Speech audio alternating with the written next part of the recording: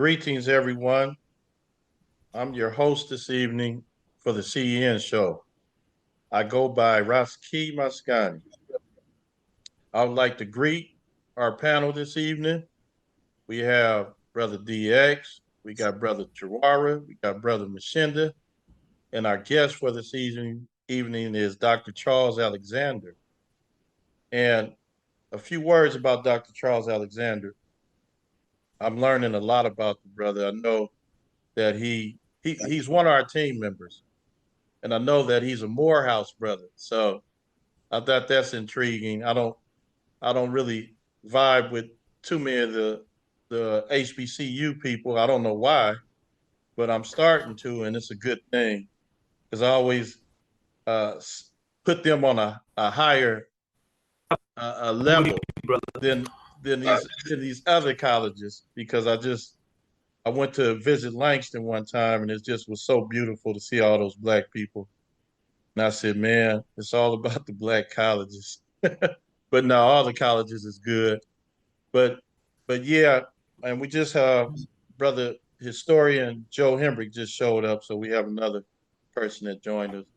But Dr. Charles has did about 5 shows with us, and every time he comes on, the information is excellent. He's a psychologist, and he deals with the the behavior of a lot of people and on the mental side, and that's a thing that's really needed for us because we have so many mental aspects that go on, and I don't want to make it negative, but we really need to learn how to act. You know, our mentality as people and as people in general. Not we need to really become more humanistic, and I think things would be better for all of us. But I want to highlight something here with Dr. Charles that I came in contact with. He's on another show, and I don't want to show that show. I have to pull it up here. Need to share my screen. So let me get to that. Oh, what happened? Do Screen I need to? sharing stopped. But let me pull that up before we get started here. And I want to Do I show need to? everybody this the podcast that Dr. Charles belongs to.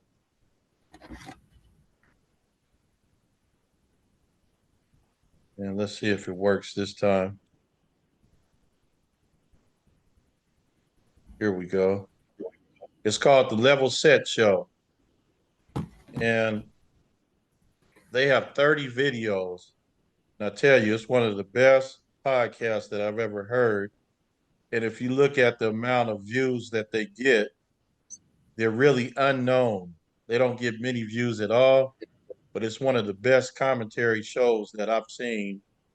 And I've been on YouTube watching videos for a few years now. These brothers, they're from Morehouse. I think Dr. Charles can tell us more about it. Matter of fact, I want him to talk about the show. But their topics are always top notch, and I'm behind a few shows, and I gotta catch up. But man, you talking about great information, very scholarly, and these gentlemen are awesome. So you could check out some of his shows on our channel, Community Education Network, and this is their channel right here, the Level Set Show. So I encourage people to check that out. So brother Dr. Charles, we want you to get Mhm. started, man. First of all, tell us about the Level Set Show, if you don't mind. I'll tell you about the level set. Correct. And so, uh, level set is uh, it's a show. Four brothers on there.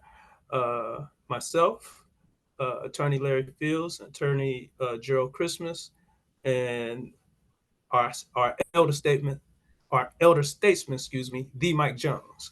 And so Mike is a political strategist and a political historian and a retired educator. And he attended St. Louis University, University of Missouri, St. Louis, excuse me, University of Missouri, St. Louis. And I'm actually going, one of the videos that I owe you, brother, is him kind of going into that, his experience in college in the the the mid to latter 60s. So I owe you that video. Uh, Attorney Joe Christmas, attended Central Missouri State. He attended Central Missouri State, and he got his law degree from Texas Southern. So that's his HBCU experience. And Attorney Fields attended two HBCUs. He attended Harris Stowe, which is in St. Louis, and then he transferred to Morehouse.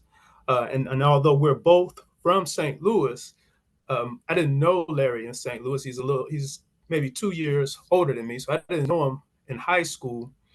I met him at Morehouse when he transferred from Harris Stowe to Morehouse. That's when I met Larry. And so Larry and I ended up graduating together from Morehouse. And he was already doing the show. And I think just before COVID, he told me about the show and asked if I would come on as a guest host. And I joined as a guest host during COVID to explain both kind of the psychological impact of the pandemic and also to talk about emergency preparedness, because I'm also an emergency preparedness professional. And so went on, and I haven't been off. And so I started doing the show as a guest and during the pandemic, and here we are, 3 years later, 4 years later, and we talk about a range of topics. Our topics are usually like we try to find some contemporary things, hot issues that we need to discuss, community related, politics related, education related, um, kind of covers the gamut, but we try to look at current events within the context of the legacy of Black leadership and Black protests, and look for the patterns and look for both the strengths and the weaknesses in our current approaches as well as our previous approaches, as as we endeavor to come up with better solutions to the fight, or better solutions to employ in the context of the fight that we're currently fighting.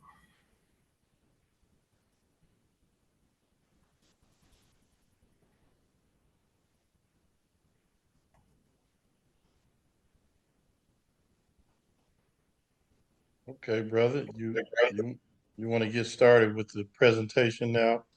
The title And so, is Leadership or Misleadership. Is that correct? leadership or leadership, that correct, brother. And chose this title because a lot of the conversations that we have about what's going on with Black folks today, and it's a historic kind of debate, but we still today we have this conversation about kind of where we are and what we need to go forward, and we need a leader, or what kind of leader that we need. And I started off in one direction as I was putting this together and kind of ended up in a slightly different place. And so I decided, as we look at this misleadership conversation, this content, it's not uncommon that people kind of start with Booker T and W.E.B. Du Bois. And so that's what I want to explore tonight. I want to explore Booker T and W.E.B. and kind of have this discussion, like what we think is leadership and what we think is misleadership. And so we'll get started. And so we're going to start with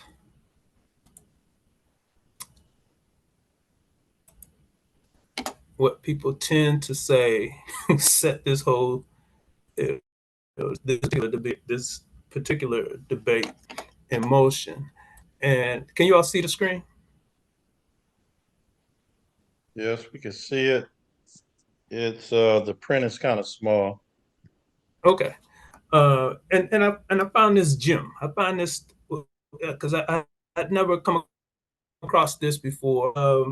So we know what we know started this alleged debate that occurred between this alleged debate that occurred between uh, Booker T. Washington and W.B. Du Bois, and that was the speech that Booker T gave September 18th, 1895 at the Atlanta Exposition. And so a lot of people call it the Atlanta Compromise. What I found today was uh,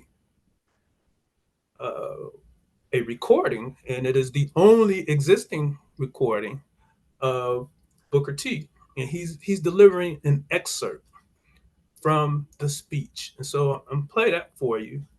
And I'm also gonna, once I start it, I'm gonna raise it up so you could kind of follow along with the excerpt if you want. But the excerpt is about 3 minutes. And here we go. Mr. President and gentlemen of the Board of Directors and citizens, 1/3 of the population of the South is of the Negro race. No enterprise seeking the material, civil, or moral welfare of this section can disregard this element of our population and reach the highest success. I will convey to you, Mr. President and Directors, the sentiment of the masses of my race when I say that in no way have the value and manhood of the American Negro been more fittingly and generously recognized than by the managers of this magnificent expedition at every stage of its progress. It is a recognition that will do more to cement the friendship of the two races than any occurrence since the dawn of our freedom.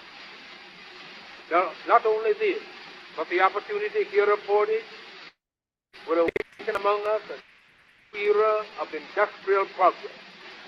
Ignorant and inexperienced, it is not strange that in the first years of our new life, we began at the top instead of the bottom. That a seat in Congress or the state legislature was more sought than real estate or industrial skill. That the political convention or stump speaking had more attraction than starting a dairy farm or a truck garden. A ship lost at sea for many days suddenly sighted a friendly vessel. From the mast of the unfortunate vessel was seen a signal: "Water, water, we die of thirst." The answer from the friendly vessel at once came back: "Cast down your bucket where you are." A second time, the signal, "Water, send us water," ran up from the distressed vessel and was answered: "Cast down your bucket where you are." A third and fourth signal for water was answered: "Cast down your bucket where you are." At last, heeding the injunction, cast down his bucket, and it came up full of fresh, sparkling water from the mouth of the Amazon River. To those of my race who depend on bettering their condition in a foreign land, or who underestimate the importance of cultivating friend relations with the southern white man, who is their next-door neighbor, I would say, cast down your bucket where you are. Cast it down in making friends in every manly way of the people of all races by whom you are surrounded. To those of the white race who look to the incoming of those of foreign birth, strange tongue and habits for the prosperity of the South, were I permitted, I would repeat what I have said to my own race: cast down your bucket where you are.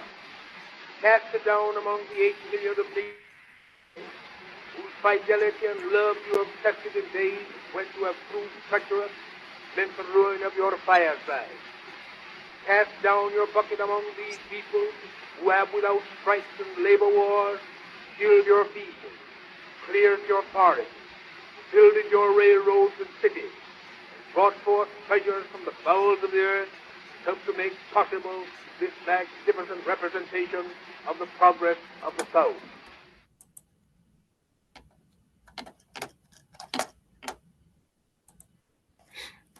So before we go on, were you all able to hear that? Yes. Okay.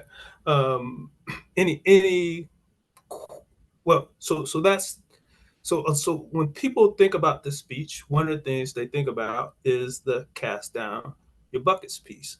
And so in the speech, I think a couple of things that we have to consider when we're looking at Booker T in this circumstance. First of all, this is the nadir. This is 1895. So Reconstruction is roughly 1865 to 1877. Reconstruction is ended by the Hayes-Tilden Agreement. Hayes-Tilden Agreement occurred in that election of 1877. There was some question about, who had who had the highest electoral count. Tilden, the gentleman from the South, he said he'd be willing to forego the presidency if Hayes, once he ascended to the office, agreed to withdraw federal troops from the southern states. That was the death snail. That was the death blow to Reconstruction. And so this speech is occurring during the nadir, nearly 20 years after the end of Reconstruction. So that's the one thing to consider. Another thing to consider, and this is kind of what he's referring to when he's talking to the white folks, and with regard to cast down your buckets, he's saying to them, you have millions of black folks who have been emancipated, who have the skills necessary to drive the economy. Do business with them. Don't do business with these foreigners who are coming over here that you don't know. These, the newly emancipated. We've done this work. We've done this work. We can do this work, and together we can do whatever. So that's kind of what's going on. But I'm not sure that people really understand it in that context, and I do think that context is important. But as I said, that particular piece is just an excerpt that I think he actually recorded this 2 years after the actual exposition, and per the site, that is the only, I believe that might be the only record. I know it's the only recording of him reading an excerpt of the speech, but I think it may be the only surviving recording of Booker T. Anybody have any questions or comments just about this, this initial excerpt before I move to the part that people tend to have the greatest issues with?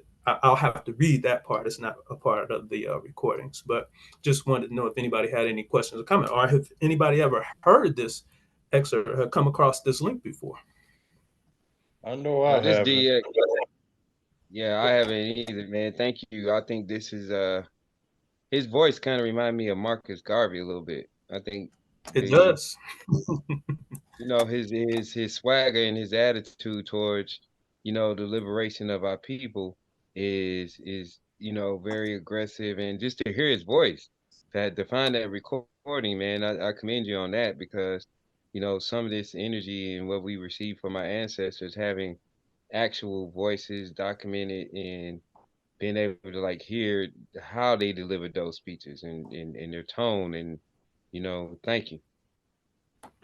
Yeah, brother. I felt the same way, and I'm really glad that you prefaced it in the way that you did, and that we always talk about the ancestors like this is like literally an opportunity to commune with, right? And to be able to hear his voice. I mean, I think the same just when we go back to the text and we read what people have written. I really love autobiographies. I love, searching for, content specific quotes by, various folks, Booker T being one of them. But to have the recording, I think that is awesome. But so yeah, thanks, brother. And I put the link in the chat for folks also. All right, Brother Mshinda. Yeah, no, I don't think I've heard that recording. And, like Brother DX, I'm saying that, yeah, I appreciate you introducing that. We've been hearing about Booker T for a long time, and, and reading about him and different things, but to actually, it's like hearing him in action, he's in action addressing, causes and people and things like that. So I appreciate that. But no, I don't have any more questions at this time. I'm gonna go back and listen to it again, later on, when the podcast is posted, and kind of analyze it a little more. But I'm look forward to listening to more of this conversation. All right, Thank you, brother. And again, I put the link for that particular recording. I just put it in the chat, so you can lift it out the chat and you can have it also. Right on. I'm gonna share that, but just in case the audience want to see that. Okay, brother Chihuahua. Yes, yes. Greetings. And I'm very honored to be here and listening. I have never heard the voice of Frederick Douglass, so for me, that was a very. I'm still analyzing, still going through my body, because vibration, resonance of the voice plays a very deep role in the divine communication. So the fact that is his actual a recording of his actual voice, because at first I thought it was Marcus Garvey talking or somebody.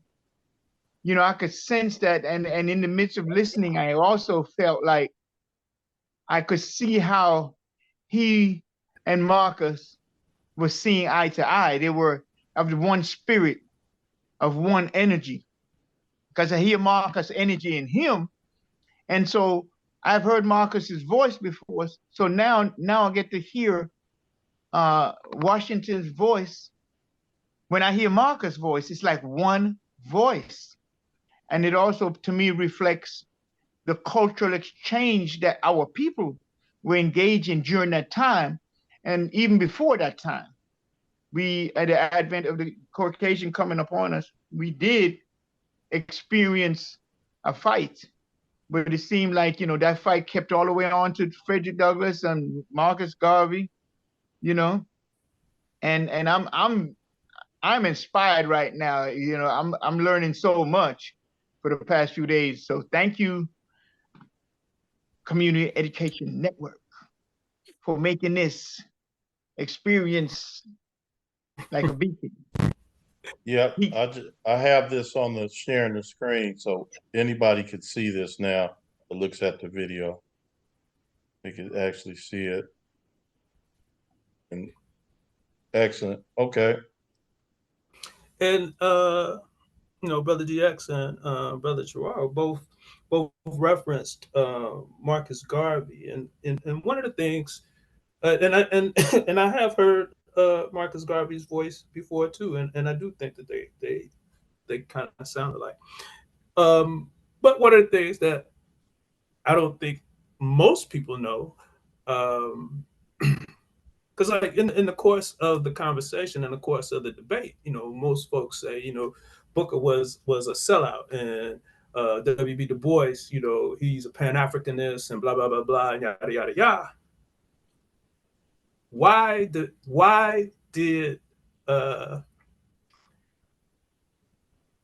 Garvey come to the U.S.? Anybody know? Yes, he came as an invite from Booker T. Washington. by Booker T. Washington. That's why he came. He came to the U.S. not to see the Pan-Africanists. He came to the U.S. at the invite of Booker T. Washington because they had been in communication, and he being Garvey admired the work that is being done at Tuskegee, and so that's why he came. Unfortunately, Booker T died in 1915, and so when Garvey got here, Booker T was already passed away. But that's why he was even coming, because he thought that, just as he saw Booker T, kind of operationalize his, his thought, his concept. He thought that that same strategy could be implemented within the context of his burgeoning movement with UNIA, and I think that's the other piece. As we reflect again on the title, leadership. Hey, Leadership is a Dr. Charles, we want to let Hembrick, Kwabena's here, but he came okay. after you played it. Want to see if Hembrick has anything to say as far as that Okay. video and Booker T, that audio on Booker T. Brother Hembrick?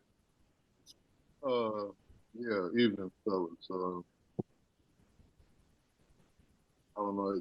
Was that the Atlanta Compromise that you played? I wasn't quite That sure. was the Atlanta. That was an excerpt of the Atlanta. That was an excerpt of the speech. It wasn't the actual speech. He recorded this speech a month or so, a couple of months. It says on the link. I don't recall, but he recorded this after he actually delivered it. And as far and per the link, which I think is the Library of Congress. This is the only surviving recording of Booker T. And then I got mixed up with the voices. Some people were saying voices sounded like Marcus Garvey. Then someone else said the voice sounded like Frederick Douglass. I don't know what was going on here. But anyway, speaking to your point about the reason Garvey came, you must remember, Garvey was a master printer in Jamaica and getting newspapers out to his people around the world. And he was coming to see Booker T behind what he was doing at Tuskegee, so you can get those skills for nation building. That's what they're about, Correct. nation. You're gonna build a nation, you gotta learn how to build something. That's why Booker T had shoe factories, brick yards. Matter of fact, for 100 years, all the cooks from the army had to take their lessons at Tuskegee back in the day. So I could see why they wanted to hook up. But stuff I read when he got to Tuskegee, I guess the Boule had taken charge of the university and was kind of turned off to Garvey. So Garvey went on up north and got his thing rolled.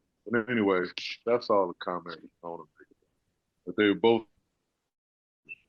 what we need to be about today. Absolutely. And one last point, people like to pit, Garvey versus W.E.B. Du Bois. And Du Bois, he realized how he had been used to help undo the Garvey movement.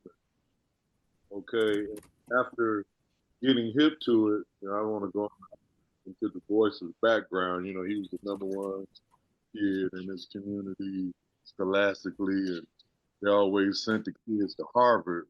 But when Booker T won it, they sent him to Fisk instead of Harvard. So anyway, he finds out along his life, about white supremacy and what's going on. He was the one token that was in the NAACP. It was six white Jews and him, the lone brother. And so you can tend to be used. But anyway, after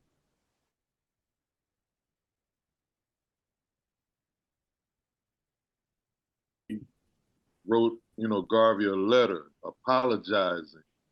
You can read about it in Race First by Tony Martin, which is a great book on all the covert activity that the government has anytime we get something wrong. But anyway, he wrote Garvey a letter apologizing as to how he had been used in the ploy to undo the UNIA. And Du Bois left and went to Ghana and never came back to the States. That's it. Peace out.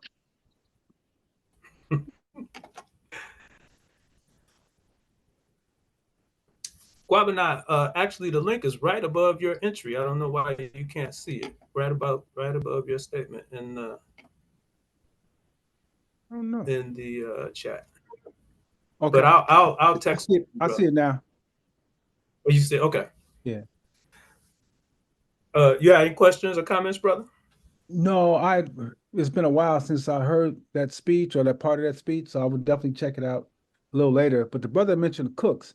When you said cooks that went to the army, was that all the cooks, or no matter what race, or was just, or all the cooks were black? That were taught there? So that was a question I had for when he mentioned all those cooks, and he had brought up the rift between, and you had brought it up too, Garvey.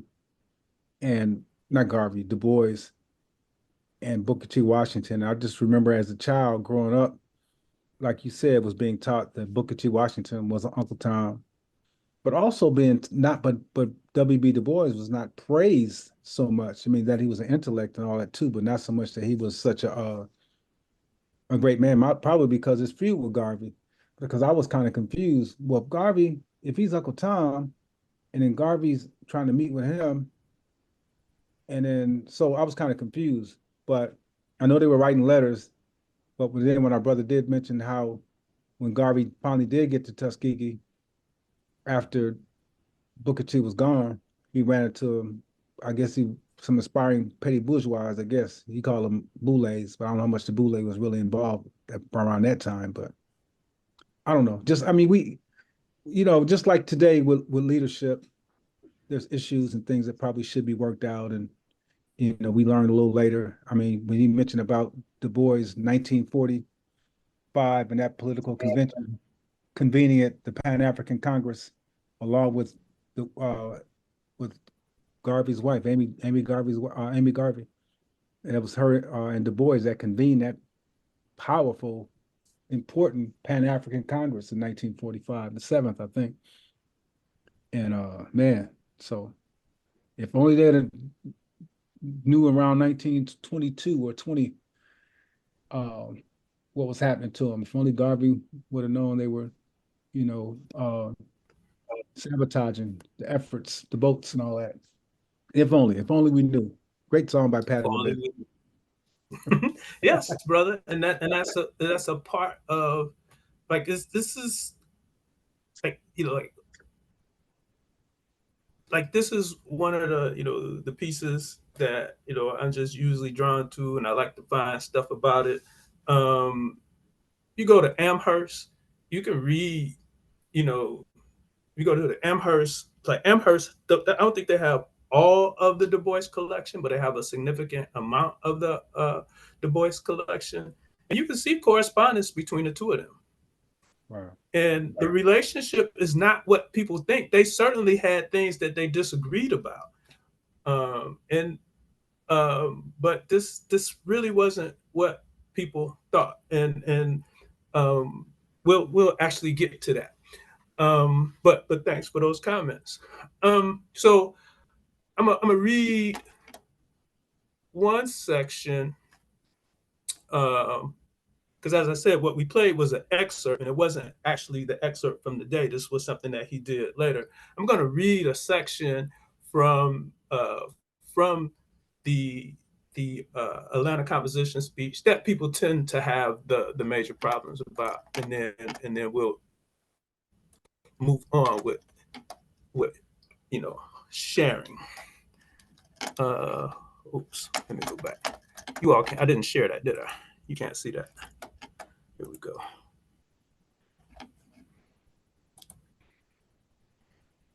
When it comes to economics, we can tackle this. And when it comes to social issues, we can be. Here we go. Yes, that part.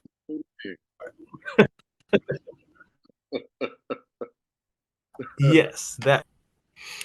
So, as we've proved our loyalty to you in the past and nursing your children, watching by the sick bed of your mothers and fathers, and often following them with tear-dimmed eyes to their graves. So in the future, in our humble way, we shall stand by you with a devotion that no foreigner can approach, ready to lay down our lives if need be, in defense of yours, interlacing our industrial, commercial, civil, and religious life with yours in a way that should make the interests of both races one. In all things that are purely social, we can be as separate as the fingers, yet one as the hand in all things essential to mutual progress. So, like, that paragraph becomes the thing that most arguments about DuBois and uh, and Booker T exist. And it's gonna get kind of tricky for folks in just a second. But this is something that and it's interesting because, again, this is 1895, and there are people who literally say, and I don't understand why people believe this, that by stating that, the endorsement, or by stating this, that Booker T has given an endorsement for white supremacists to do what they have been doing. It's like they didn't need him to say that. And it's amazing to me that people say that, right? And it's like, he said that. And again, it's 1895. So what happened the next year? Plessy versus Ferguson, right? And so those things aren't related in that regard. I'm sure that somebody said, well, Booker T. Washington, he's spokesman, and he said he's good with blah blah blah blah blah. But that ain't the motivation of white folks to do what white folks do.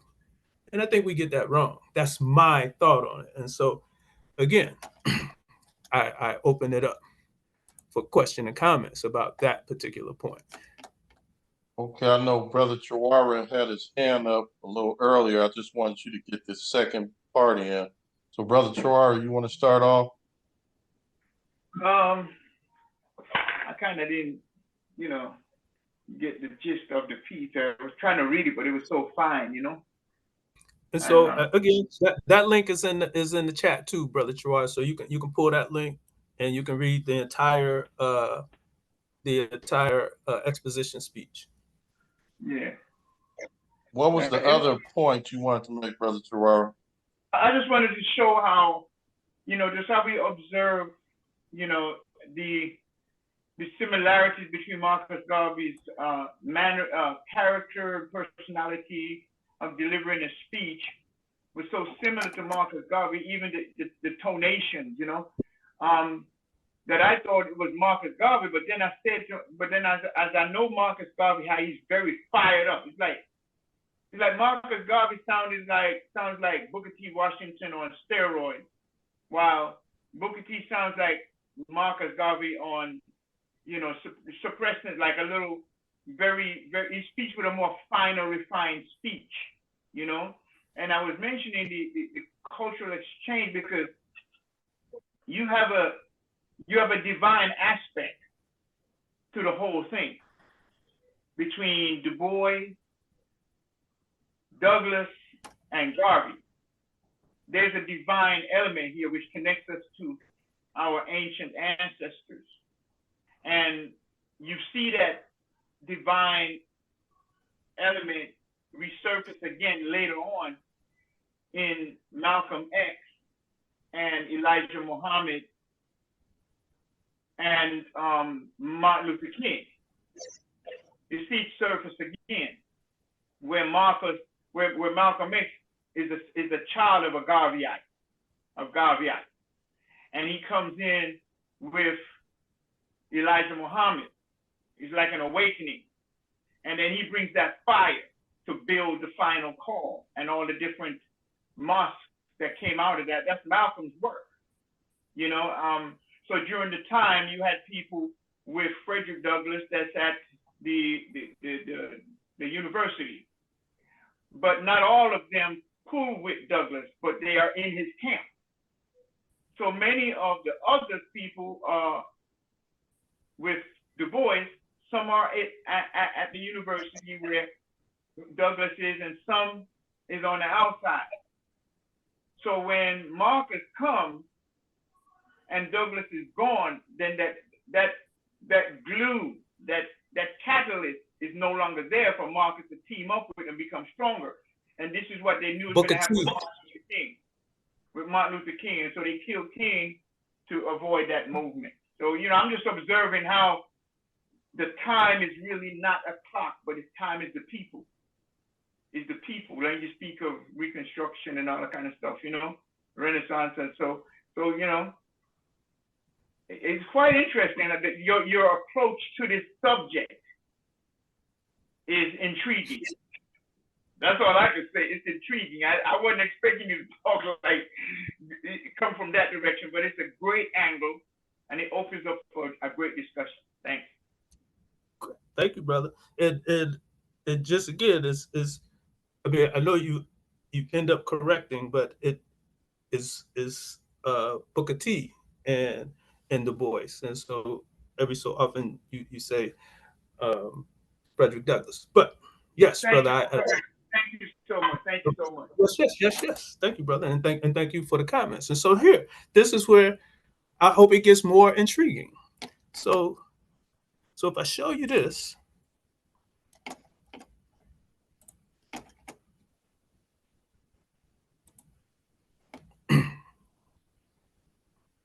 Is it sharing? No. Can you see it? Not showing? Okay, hold up.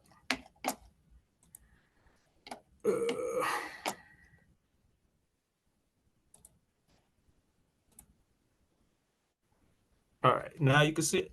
Yes. All right, so I'm gonna read this one in its entirety. The Talented 10th. In the discussion concerning Negro education, we should not forget the talented 10th man. An ordinary education may answer for the 9 men of mediocrity, but if this is all we offer the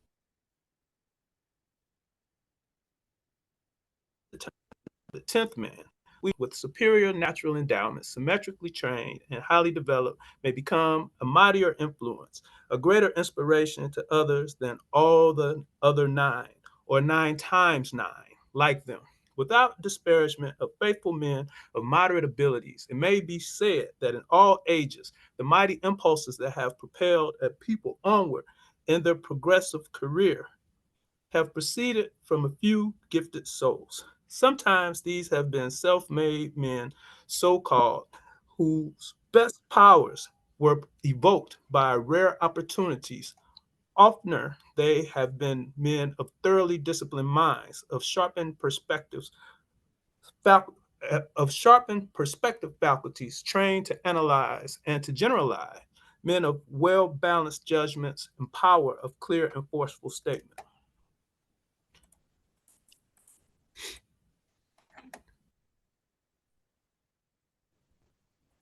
The 10th man of our colleges that in after years reflect more honor on his alma mater than the other 9. It is this 10th man that is the recognized leader in the profession and the leader of public opinion. To him, rather than to the other 9, the many look for suggestion and advice in important matters. He is an uncrowned king in his sphere. This being true, I repeat, that not to make proper provision for the high education of the talented 10th man of the colored people is a prodigious mistake. It is to dwarf the tree that has in its. It is to dwarf the tree that has in it the potency of a grand oak. Industrial education is good for the 9. The common English branches are good for the 9, but that 10th man ought to have the best opportunities for making the most of himself for humanity and God. The powers of this talented 10th man are often latent, unsuspected by others, and even by his possessor. Excuse me.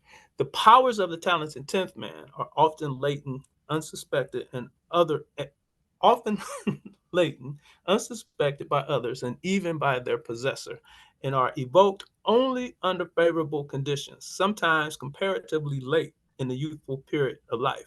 In a symmetrical course of study calculated to bring into exercise every mental faculty, somewhere as by a touchstone, the particular aptitude of the pupil may be discovered, the secret springs of power be opened, and the man, having discovered himself, leaps forward to preeminence among his fellows. Scores of such men and women are among the students in the schools for the colored people of the South. A miracle will not disclose their uncommon powers. They need the test of the best. And somewhere, at several central points at least, provision should be made for the higher education of the talented 10th, as well as ordinary education for the other 9. The great need of colored people of the South is wise leadership along all lines of development, men of large and comprehensive views acquired by contact in common with the world's great thinkers. Such men are needed today, even more than 9 times as many with a little more practical knowledge concerning the use of the saw, the jack plane, and the blacksmith's forge. In our educational work for the colored people, therefore, proper provision should be made for the 10th man. Who is this?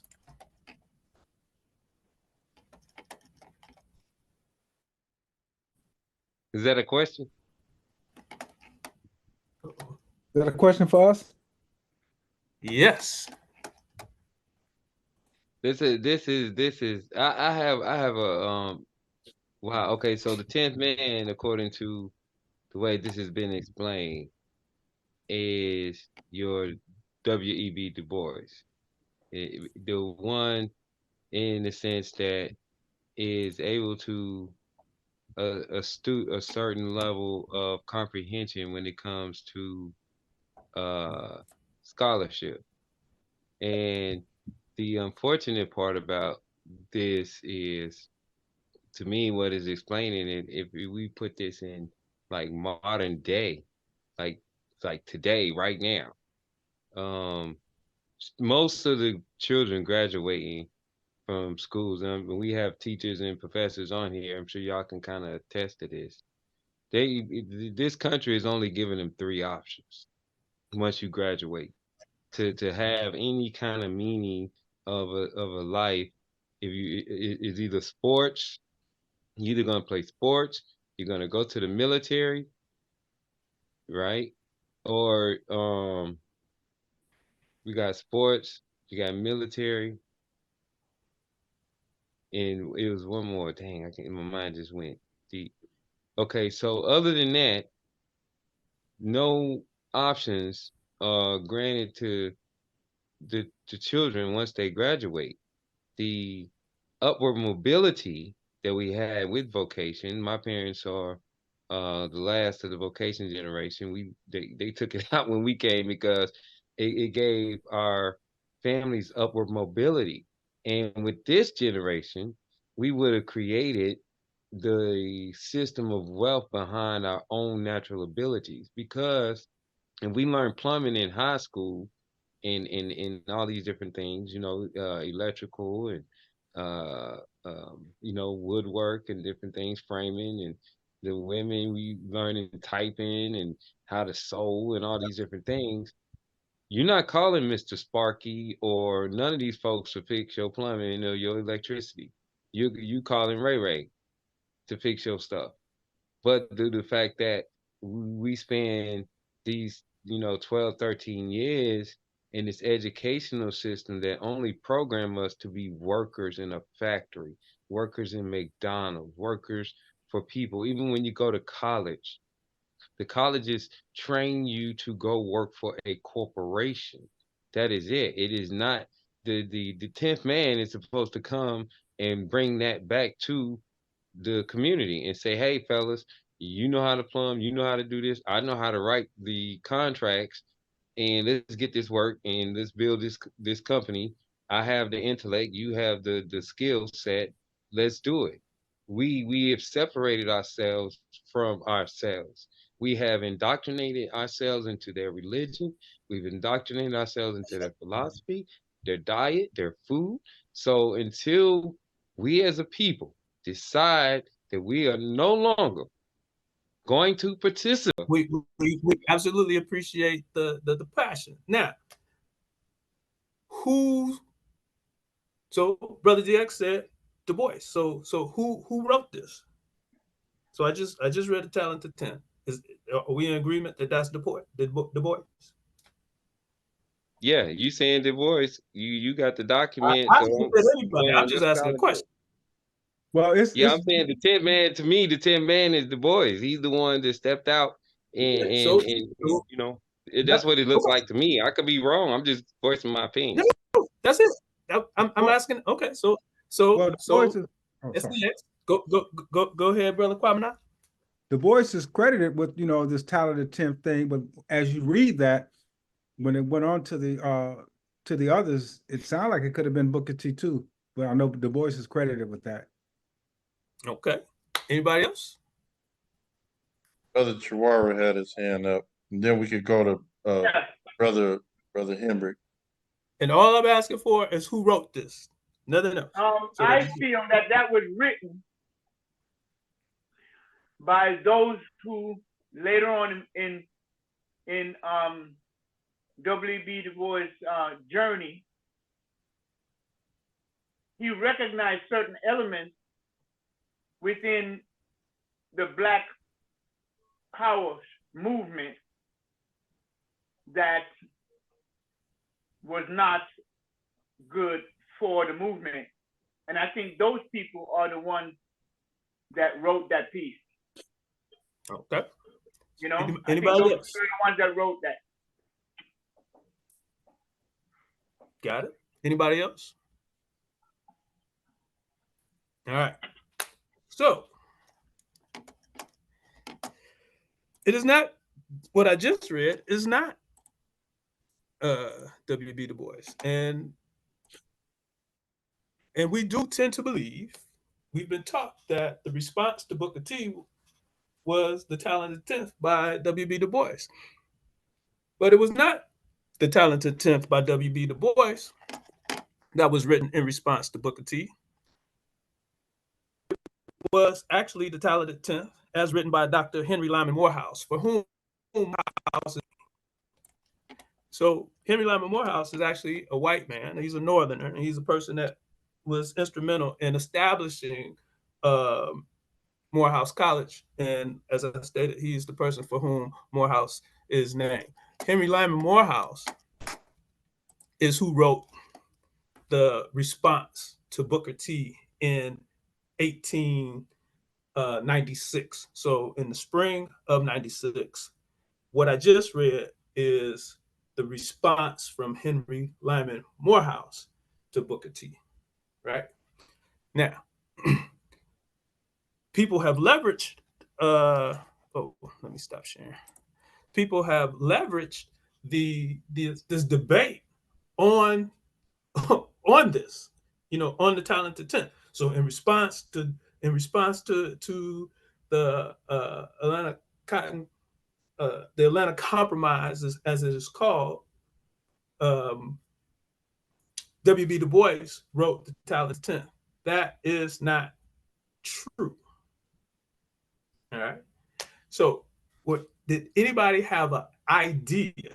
Did anybody have a clue that the Talented 10th that was written in response to Booker T. Washington was written by Henry Lyman Morehouse before this moment? I didn't. No, not me. I thought that the 10th man was what represented like a W.E.B. Du Bois, and that it was written by Booker T, I thought, but you cleared it up very well. You know what I'm saying? It was because the 10 man is the one that steps out and to me doesn't give back to the people. Yeah. Okay. And so I Even will the other show nine you. just definitely struggle for themselves. I will Well, show you're you helped what. by your own bootstraps here. That was the criticism of the talented 10, was the fact that they moved to the burbs and forgot the people. But Mhm. what's interesting here, you got to remember what Camp W.E.B. Du Bois is coming out of. You know, he's the only brother on a 7-man NAACP team. And these Jews are definitely influencing him on what he's saying, thinking, writing, and the whole 9 yards. Now, getting back to Booker T, when he said those words he said about being separate as the fingers on a hand, all the rednecks, you know, he became their hero. They started endorsing him.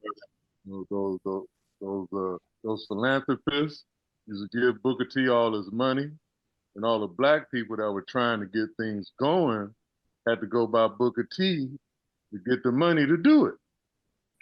I forget some of those brothers' names, but they were editors of some of those newspapers up in the Northeast. And one of them, I remember a account I read where he had to go in Cowtown to Booker T to get about $10,000 to do whatever he was doing. So he played the part. And when he got the check and he got to the door, he turned around and said, "I still think you a traitor to the race," and went on about his business. But you know, both of them, you know, the political power, which I don't put too much credence on, but the economic and self-reliance of a Booker T. Washington is big time. And once we got away from that during the King era with segregation, all that we had achieved in that regard seemed to float away. Matter of fact, I used to ask my people even today, if you go in your community, you know, how much of your money can you spend with somebody that look like you? Other than the barber shop and the beauty shop. Correct. That is a question that needs to be asked. And brother, I think who you were referring to, the the publisher, the editor, that was William Monroe Trotter. Yes, sir. Thank you. Thank you. Yep. Yep. And so and so um so immediately after Booker T's speech, W.B. Du Bois said something other than what we think he said. As I said, we think that, and his immediate response was the talented 10th. But I'm going to show you what his immediate response was. You can see this? Yes. This is W.B. Du Bois's response to Booker T. "My dear Mr. Washington, let me heartily congratulate you upon your phenomenal success at Atlanta. It was a word fit. W.B. Du Bois, Wilberforce, 24th of September, 1995. That's what he said in response to Booker T. Washington. He didn't say he's betraying the race. He didn't say he gave the green light to white folks for this, that, or the other. He said it was a word fitly spoken. Who knew that? 95, 19, you said 1995. I was thinking the same thing as soon as I saw it. Because you just used It's 95. 1895, right? But when I saw it, I was thinking 19 too. That's wild. 18, that's what he said in response. Right? And so one of the things we have to know and understand, like as we're fighting these fights, is that we gotta know, like whatever side we take, if we say it ain't the worst thing in the world, if we say it's the worst thing in the world, we gotta know what it is that we're basing our arguments and debates on, our discussions on. And so the fact of the matter is that W.B. Du Bois agreed with Booker T, and that it was Henry Lyman Morehouse who introduced the concept of the talented 10th into this conversation. So Right. you, He Dr. did Charles, so Dr. Charles. Yeah. So you telling me that this was a move on the part of like COINTELPRO in a sense, where this guy was misleading a lot of people, and No. he wasn't. Who? Henry Lyman Morehouse? Yes.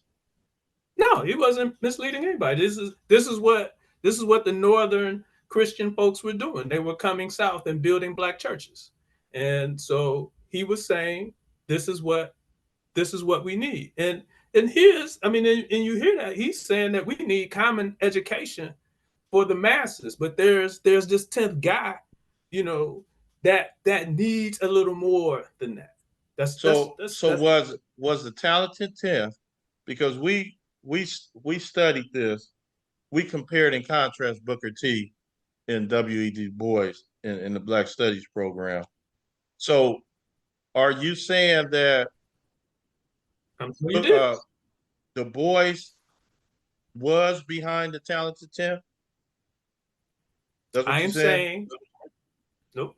I'm gonna get to that. What I'm saying is we've either been miseducated or we just didn't do the research to know that in response to Booker T, Du Bois said, "I agree," and that the talented 10th rebuttal comes from Henry Lyman Morehouse in the spring of '96. That's all I am saying at this moment. The spring of '96, that's in 1896. 1896. Okay, Brother Terroir didn't raise his hand twice. Let's see what's going on with Brother Terroir. Go ahead, Brother Terroir. Yes, as I said earlier, there's a divine element here. So when we say divine element, what we're saying, yes, we have debate, we have controversies and stuff, but that does not have anything to do with the divinity of things and the way things are divinely arranged. Now, on that basis, we see that, like how you have divine righteousness, this would be Booker T. Washington, Marcus Garvey, Martin Luther King, Malcolm X, and such. Then you have divine unrighteousness. This is the man now that came up with this talented 10th. And the reason for it really is he, on one hand, he's giving you the common education of everybody, but then he wants to point out the genius, the one that's worthy to let into the secrets of the inner aspect of their system structure. And now what he's saying when he picks on the talented 10th, he's saying that these are the ones we have to stop.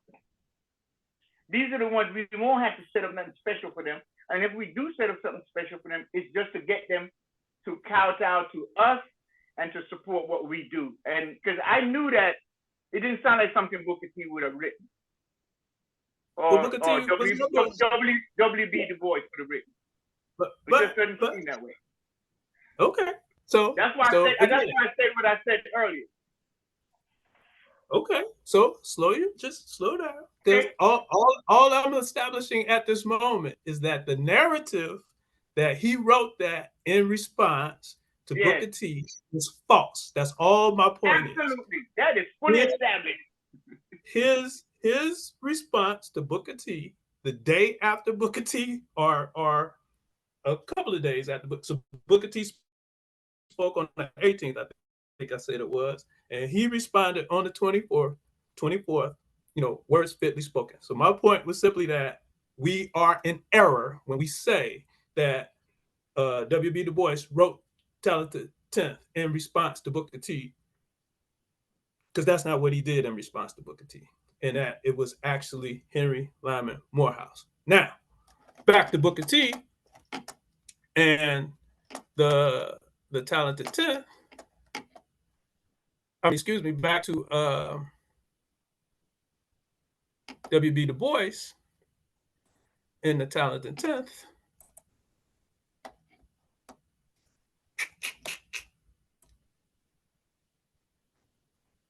No, wrong thing here.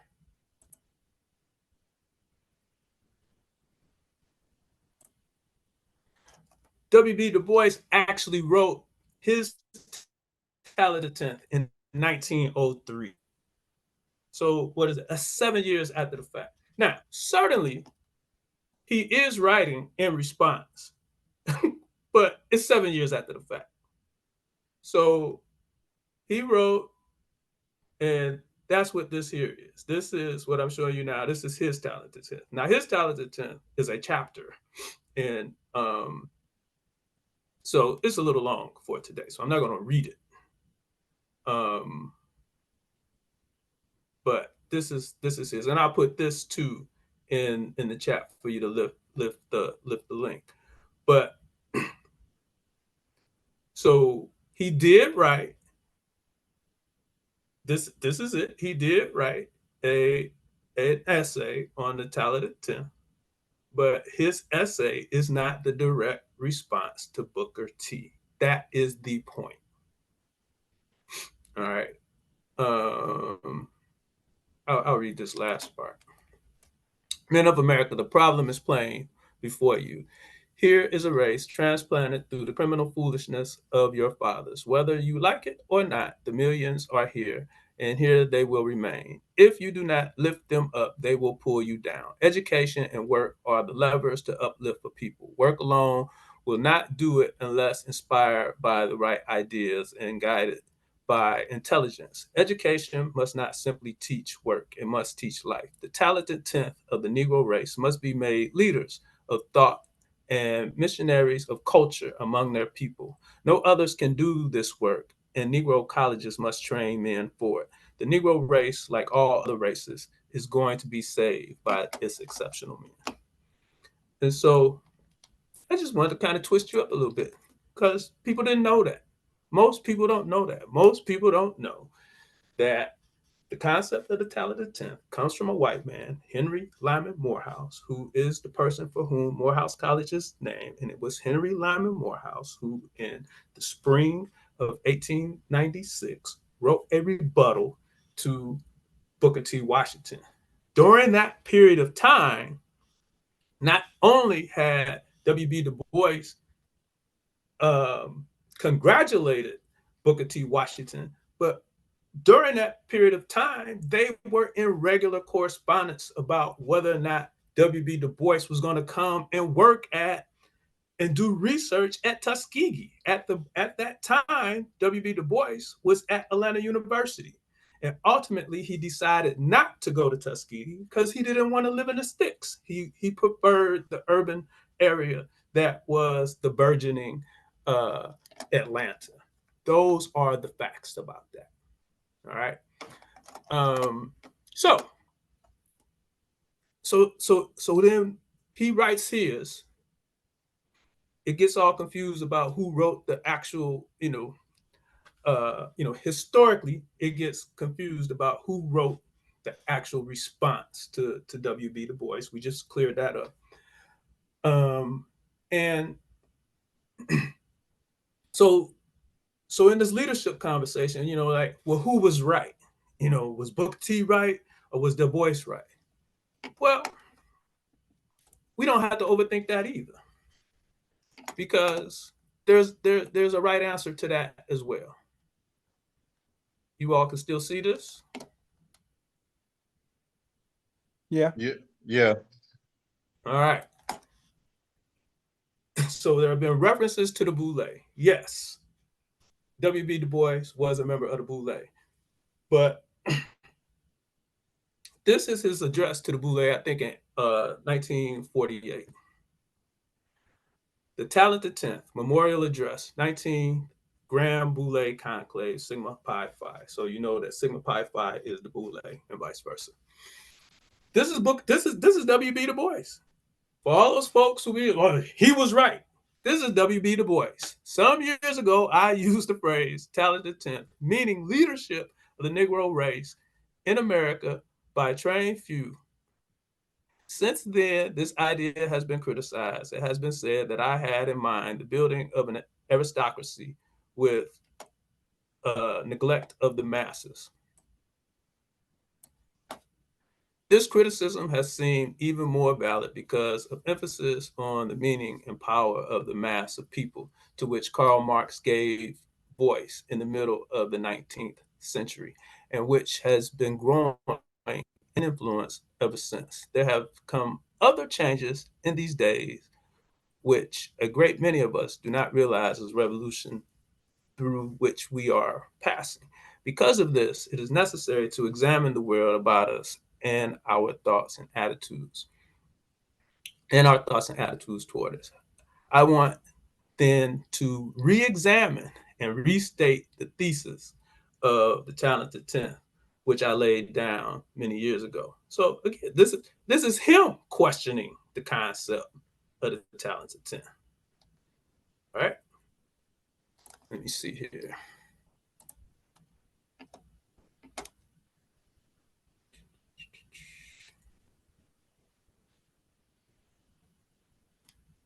We see we're on one page on the it's not moving our page on the screen. All right.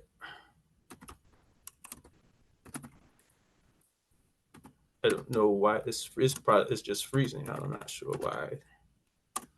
You just said that Du Bois was on that statement. He was critical of the Talented 10 himself. Yes, yes.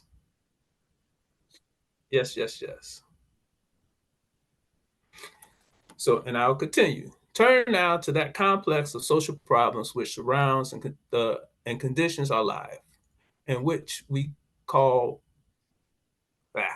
Turn now to that complex of social problems which surrounds and conditions our life, and which we call more or less vaguely the Negro problem. It is clear that in 1900, American Negroes were in interior, I think that should be inferior caste, were frequently lynched and mobbed, widely disenfranchised, and usually desegregated in the main areas of life. As a student and worker at the time, I looked upon them and saw salvation and leadership. And I said, through a talented 10th, and for this intelligence, I argue we needed college-trained men. Therefore, I stress college and higher training. For these men, with their college training, there would be a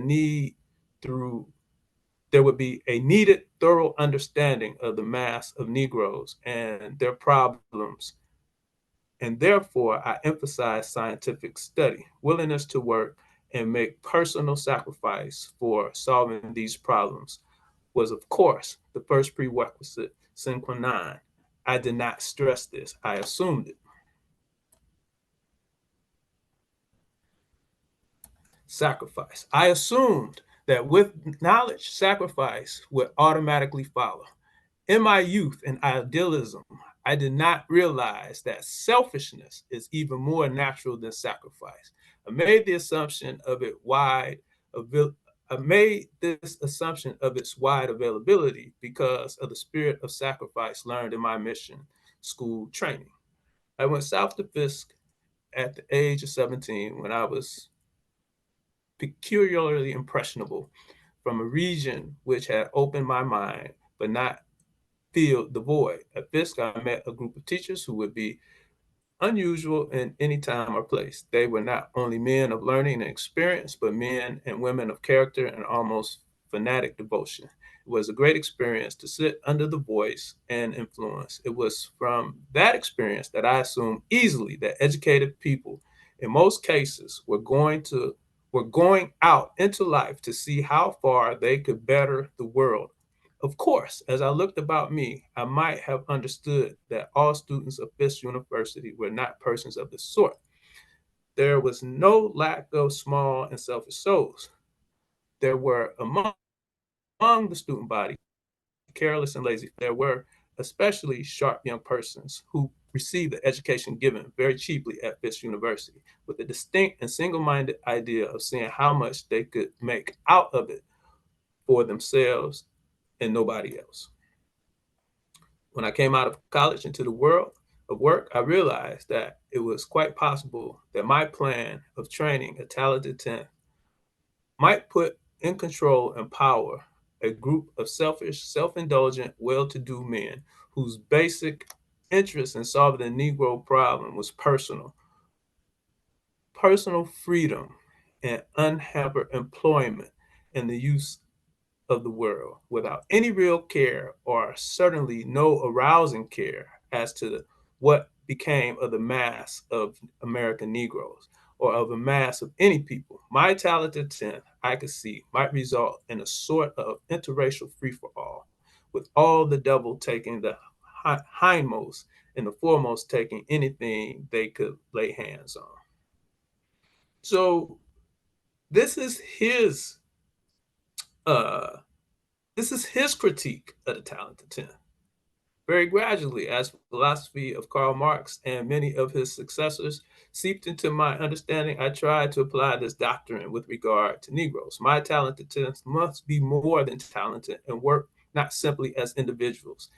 Its passport to leadership was not alone learning, but expert knowledge of modern economics as it affected American Negroes.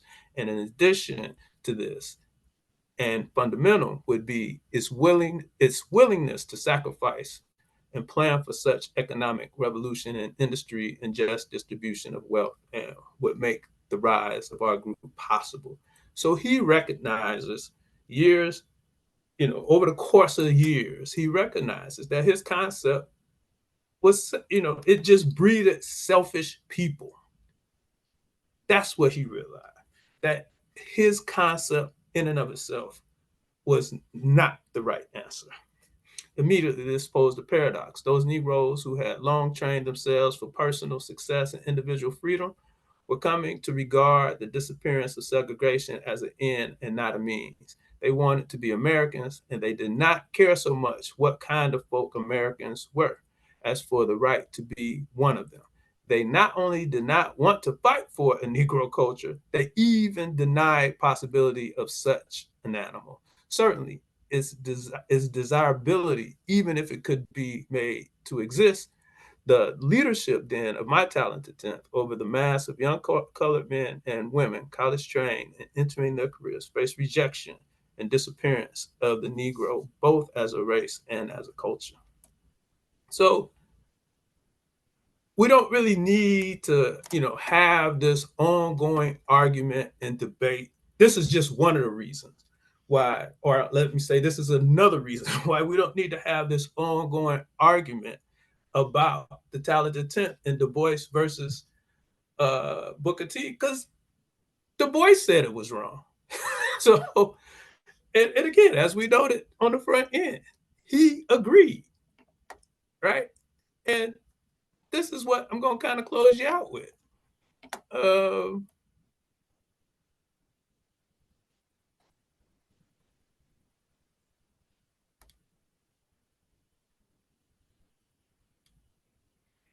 This is the last. So, as we know, Du Bois left the U.S. and he went to Ghana, and he dies in Ghana in 1963. This is the last interview, at least by an American writer, to be done with W.B. Du Bois. This, and I'll put this into the chat as well. And this is an interview that he did with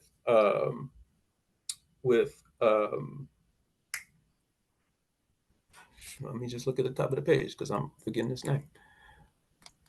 This is an interview that he did with Ralph McGill. Ralph McGill was the editor of the Atlanta Journal-Constitution. And so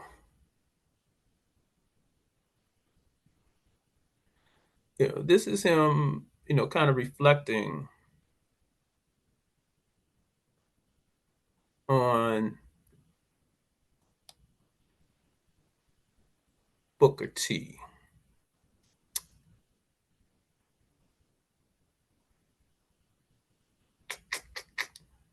Let's see.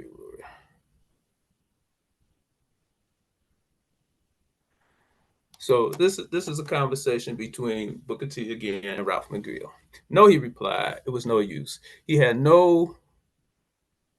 they had no question in their minds about the status of the Negro as a separated lesser citizen.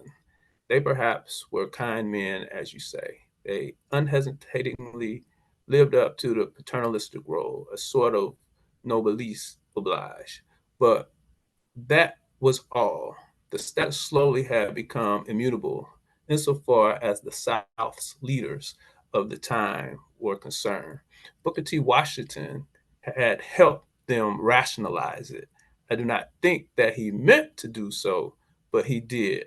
In fact, he put a public stamp of acceptance on it there in your city when he spoke at the Atlanta Exposition. I have read the address many times. I have also had talked with men who saw and heard him deliver it. They've told me of the tremendous drama of that day. They said that when he came to his key paragraph, he began it by holding up both arms, the fingers of each hand spread wide, and said, in all things that are purely social, we can be as separate as the fingers, yet as the hand. And here Washington quickly clenched his hand in all things essential to essentially to mutual progress. Du Bois nodded. Now here, this is Du Bois. Du Bois nodded. I know, he said, and in that same speech, he implicitly abandoned all political and social rights. There was a long pause. I never thought Washington was a bad man, he said. I believe him to be sincere, though wrong. He and I came from different backgrounds. I was born free. Washington was born slave. He felt the lash of an overseer across his back. I was born in Massachusetts on a slave plantation in the South. My great grandfather fought with the colonial army in New England in the American Revolution. This earned the grandfather his freedom. I had a happy childhood and acceptance in the community. I think there was strong feel in the league that Darvin was going to be let go. I also think that the last time the Lakers made a Who is that? I had a happy childhood and acceptance in the community. Washington's childhood was hard. I had many more advantages. Fisk University, Harvard, a graduate years in Europe. Washington had little formal schooling. I admired much about him, Washington, he said, a smile softening the severe gaunt lines of his face. Died in 1915. A lot of people think I died at the same time. And so then there's a question. This next piece is a question from McGill. Could you pinpoint the beginning of the controversy and break between him and you? This is Du Bois. The controversy, he said, developed more between our followers than between us. It is my opinion that Washington died a sad and disillusioned man who felt he had been betrayed by white America. I don't know that, but I believe it. In the early years, I did not dissent entirely from Washington's. I was sure that out of his own background, he saw the Negro's problem from its lowest economic level. He never really repudiated the higher ends of justice, which were then denied. And so, again, we've been having this argument, literally for years. And they certainly had points at which they disagreed upon. But the argument about whose strategy for the uplift of the race was right or wrong. I mean, we could go to Tuskegee, and we could also read W.B. Du Bois's own words. He questioned the tally of the 10th, and he acknowledged he didn't entirely disagree, just as he did not disagree in the days after the speech. Questions, comments, brothers? All right. Taking volunteers. I got a few comments, questions. So it appears now that this talent detention concept was put indoctrinated into Du Bois by these white folks, like you said, Henry Lyman Morehouse.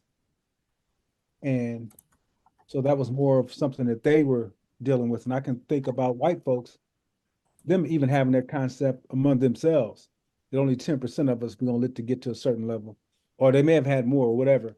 But it was almost like limiting us on that realm. Well, let 10 of y'all do this out of 100. And I don't know, I just think about that. But also to his, going back to Booker T. Washington's speech earlier when he talked about, and Du Bois summed it up too, when he said that we're gonna, when he spread his fingers, we're gonna be separated from y'all in all social and I guess political things. Y'all can do that.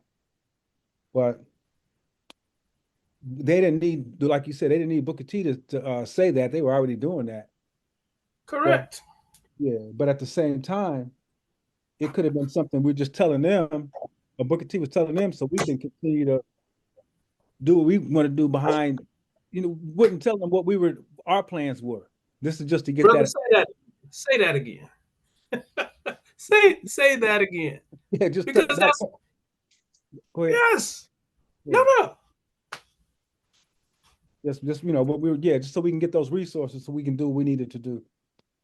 Absolutely. Because that's exactly what happened.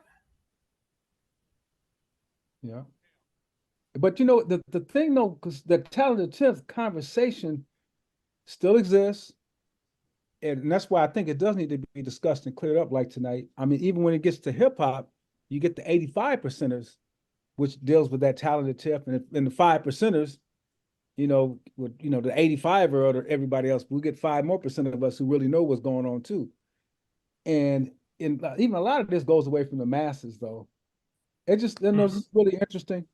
And it's good to hear this tonight to get some more thought. But I do want to bring something else up. I know we may talk about it later, but when you talked about the millions are here and they will remain, and that was Du Bois was talking about the millions of us who came over as slaves, or not came over, that were enslaved, that were kidnapped and brought over here. And I think one day, you guys may have had this conversation already, but I know me and Brother DX had it when I was in Atlanta, but we really need to deal with this concept. One day, I know we won't be able to do it here, but this whole concept of us not being, or the masses of us not being enslaved and kidnapped Africans. And this, I have to bring it up here because Du Bois is one of the people I referenced when we were talking in his study at Harvard on the Middle Passage, on the Ma'afa, on the slave trade, or the kidnapping of us. And so to say that this didn't happen, and we're looking at documentation where they're talking about it back then, they're not refuting it back then. Neither Booker T nor Du Bois was refuting that. So I know it's embarrassing, a lot of the stuff that's happened to us, but I think, I just don't see it with DX. I just see that growing at so many levels. I'm running into it when I was in Atlanta. I'm out here in Chicago more often, of people saying this was a hoax, that we're not African. The masses and that's another great point, brother, is that like when you read a lot of this information, it's not even just about the trade in terms of what is out there. The greatness of Africa is out there in this whole period, right? And if you read Martin Delaney tells you why they came and got us. So it's like, because we had all of this and they needed somebody to do it. And they didn't teach us to farm. We came here knowing how to farm. because we cultivated crops. They didn't teach us to blacksmith because we were already dealing in metals. And so for us to be where we are now, talking about, what we're being taught and not taught, part of it is shame on us, right? Because we know what the enemy got for us. And yet we continue to send our kids into these spaces and then be asking them to teach them the truth when they lie to themselves. So what would make us think that they're going to teach us the truth when they lie to themselves, right? And so, but yes, to your point, amazing when you go back through, that archival data. It's not hard to find, what was known about Africa, throughout the period that, from, whether you count it back to the 1500s or whether you count it back to the 1600s, from that point through, let's say from that point through 1900, it was a bunch of information readily and easily accessible that talked about the greatness of Africa, whether you're talking about Egypt, you're talking about, Central Africa or the West Coast, East Coast, whatever. All of that information was available. And one of DuBois's great works, The Negro, all he does is go and just documents all of the stuff that white folks had been writing about Africa for hundreds of years at the point that he wrote the book. And then The World in Africa, that book he wrote, The World in Africa. Yeah. Wow, right on. All right. Brother Chirara wanted to say something. Yeah. Once again, there's a divine element. And once we are able to see through the illusions and delusions, the miseducation and the lies and the envy and the jealousy perpetrated against life and against our people, then we'll be able to see the balance. Okay, see, it is about balance and reciprocity. Yes, there's a greatness about Africa. But is it Africa that is the greatness, or is it the people of Africa that is the greatness? We have to look at how we use words, because words will put a different spin on things and hide the truth from us. The West, what we call from Alaska all the way straight down to South America, from North America, Central America, South America, including Alaska and the islands, which we call the Caribbean islands, and surrounded areas on the West Coast, islands on the West Coast too. The greatness of this side, because it went from the west to the east, just as it did on the continent of Africa, it went from the west to the east coast and zenith in what we call Kemet or Egypt in modern times. So the balance, when we realize, and when with the truth, when the truth is uncovered, like you said, leadership or misleadership, right? So the misleadership is the lie. Absolutely. The stuff that has been hidden. So there's a lot of stuff hidden about the Americas. And they did bring people from Africa. They did bring some of our brothers and sisters. I would use another word instead of saying African, because we weren't born there. We're not from there per se as birth there. But we are all, I would rather use the word Negro or Black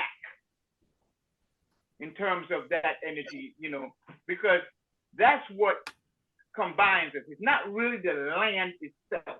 No, the land. We got to get the land, bro. We got to be connected to the land. I'm not saying we're not getting the land. I'm not talking about that. There's a divine element here.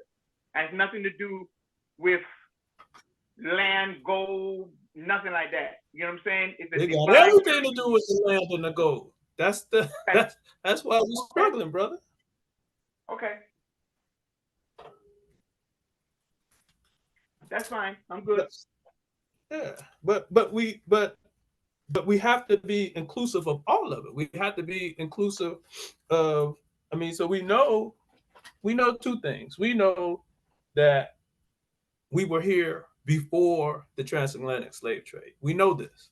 Now, we weren't necessarily in, what we now call North America, but we were definitely in Central and South prior to the slave trade. So we know that. I think maybe what might be in question is how many of us were here, and what was the frequency of the back and forth between here and the continent. But we also know that we were taken from the continent because the whole reason that white folks was on the continent is in the same reason why they're there now, because the richness and the vastness of the continent. And all of that was, being utilized by us. And as we were, like as we explored and shared our culture and our wealth, that was, those exposures, and that's what the folks came for. And before the European came, the Arab came, and the Arab slave trade has been longer and more enduring than the European slave trade. And so all of those things happen, and we had to be clear about all of those things occurring, and we had to be clear about why and how the thing played out the way that it's played out and the way that it continues to play out.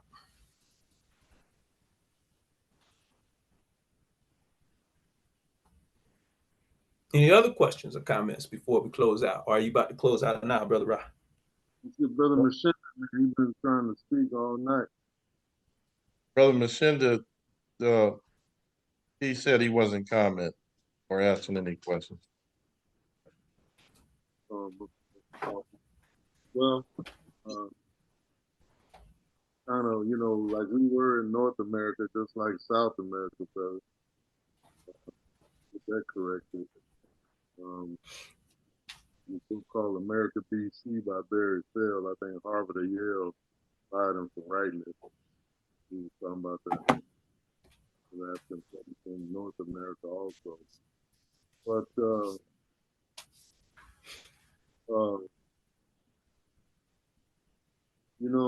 we have to do a lot of analyzing of things that have happened and where we go from here, but we can always draw upon those lessons from the past. That's what history is for. It doesn't necessarily apply like it did back then. To show an example of what we can do and should do. I've been really reading about the African presence in America for this past week. With all the exploration and with the Olmecs and all of that. And it goes back to a pretty extended period of time. Even before Native Americans were in so-called North America. A real, very interesting, and it shows us, but culturally, we have to stop committing cultural genocide if we're going anywhere. And we have not dealt with that in our value system. And so I'm talking about as a people. We're talking about the early churches and what those people came down from the north to establish churches in the south. I hate to get on religion. I try to stay away from it, but it plays a big role in us being progressive enough to return to where we need to be. I'll just leave it at that.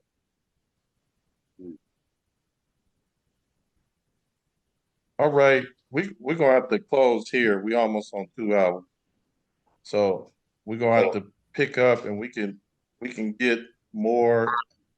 We can extend this at a later date. And excellent topic here, Dr. Charles Alexander, because it is a continuous debate about the talented 10 and what Booker T was doing. And so you brought us some clarity to what they were both talking about. And it could be extended, and people could do their own, research with the resources you gave us. So it's a good thing. This is why we do what we do. So we're going to go. Let me share with everybody what we got going next week.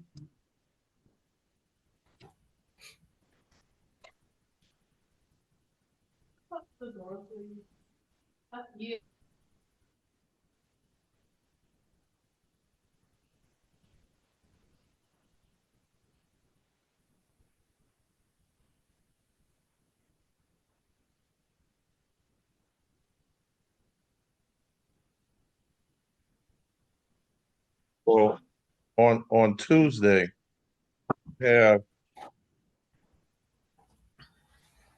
Dr. Enki Real, and he's a naturopathic doctor that's coming on. He's out of New York, and he was referred by a colleague of mine. So he's coming on next Tuesday, and then on Wednesday of next week. Matter of fact, I was incorrect. He's on Wednesday of next week, and on Tuesday of next week we have. Need to share the screen and show everybody. We have Dr. Andre Cobb Sr. coming on, and it's a guy that I met playing basketball with some years back. If I'm not mistaken, he played probably a few years in the NBA, and so he'll be our guest next Tuesday. Another brother will be on. Dr. Enki Real will be on Wednesday. So this was an excellent evening. Very interesting conversations. So I'm gonna go ahead and pause. Each one teach one in Conscious Corner. Until next time, again, folks. Positive